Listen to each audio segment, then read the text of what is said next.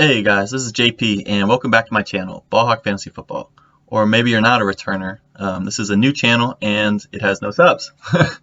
So hit that sub button and keep an eye out for DFS content coming out for the rest of the season. DFS is one of my favorite things to do, and with the NFL back, it's a great time to get into the DFS action. So last week, or not last week, but this past Monday, I put out a video about the Ravens-Chiefs game and the Showdown, the FanDuel Showdown, single game Showdown for that game, and my picks did pretty well.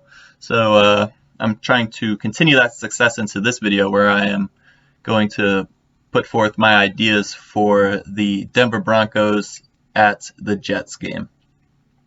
So let's get into the picks, and this is for FanDuel. So you select 5 players, one player, the MVP, accumulates 1 point or scores 1.5 times the points that they accumulate in the game, and then you choose 4 other players. So let's get into it. I'm going to run 150 lineups, and my 2 locks, these guys are going to be in every single lineup: Melvin Gordon and Brett Rypien.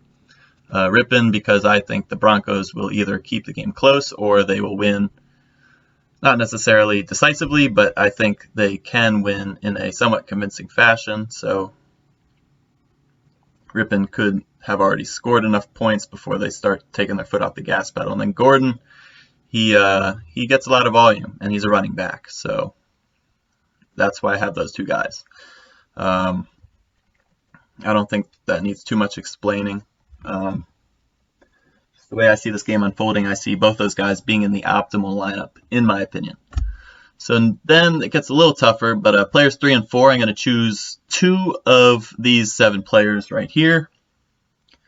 There's my cursor.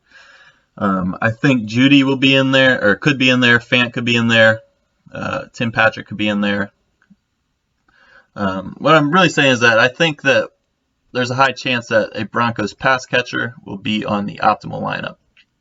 Sam Darnold could obviously get in there, as he is a quarterback. Hamler, he could get in there. McManus, the kicker, he might make it, and Royce Freeman, he can make it at the end.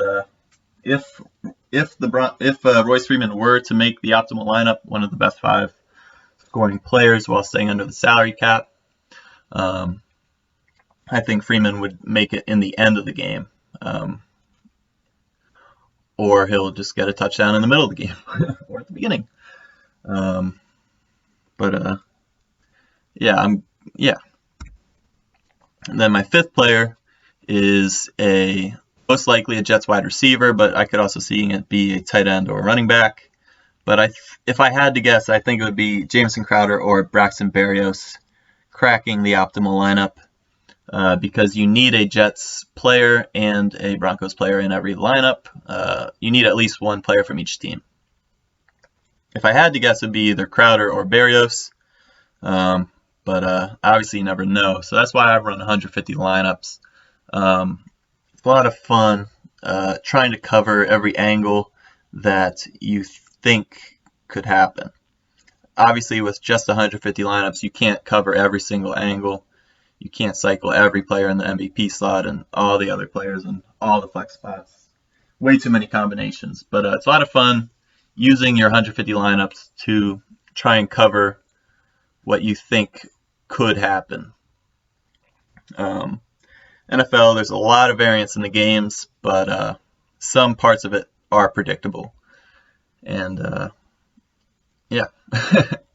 So that's what I'm thinking this game. To reiterate, these 2 guys locked in every lineup, 2 of these guys, and then 1 of these Jets players right here.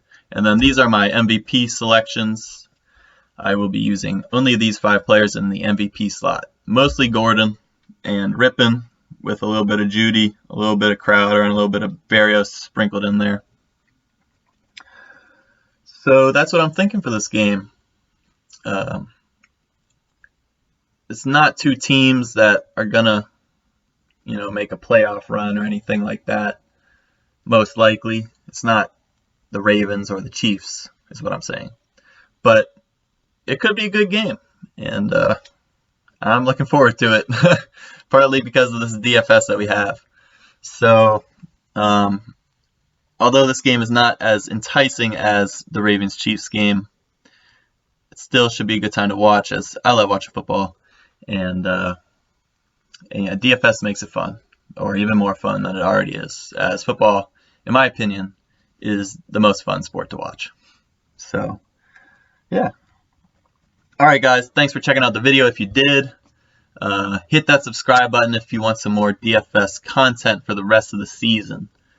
I'm going to try and put out a video for the Sunday slate. That should be a lot more interesting than this video, as these teams aren't great and there's only one game.